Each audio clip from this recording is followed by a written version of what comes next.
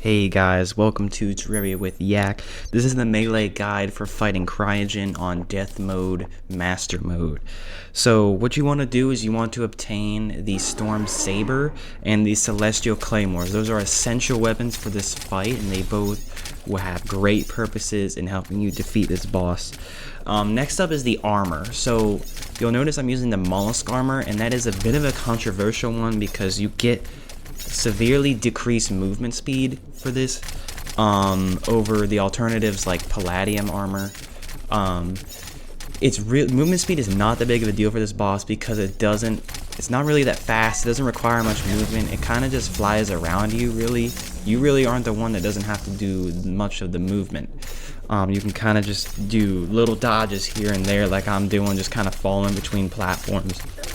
So it doesn't require much horizontal movement, so I think the Mollusk armor is great because the trade-off is extra defense, which I think is very valuable for this boss. Next up is, do you want to fight this boss at day or night? Because it actually does kind of depend whether you spawn it at day or night, because at daytime, the projectiles that the boss spawns will actually be light blue, and it's very hard to see them on the snow background, which is light blue. And at nighttime, the background will be almost black, and the projectiles will be actually dark blue. So I would highly recommend spawning this boss at nighttime. So now that we got that out of the way, let's go through the stage of this boss. This is actually a multi-stage boss. It has 4 stages, and they're very unique in their own ways. So the first stage is probably one of the hardest phases, but it is very simple. He kind of just flies above you, and this happens until around, I think, like 70%, 75%. And he'll just kind of fly above you and spawning those projectiles all in a circle around him in every direction until around 70 to 75%. And this stage it's kind of tough to gauge his flow in this stage, but that's all I really gotta say for it. Start off with the Storm Saber in this phase, because it'll be much easier to hit the boss with the homing projectiles.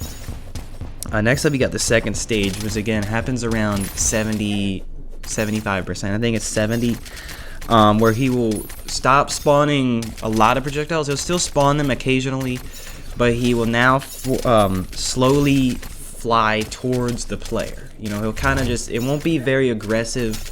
He'll kind of just fly towards the player at a very slow pace. And this is where I would switch to the Celestial Claymore, because when he's following you, he will hit your explosive projectiles that are summoned by the Celestial Claymore, and they just do a shit ton of damage. I mean, just tons of damage, and this is absolutely one of the best bosses to use the Claymore on.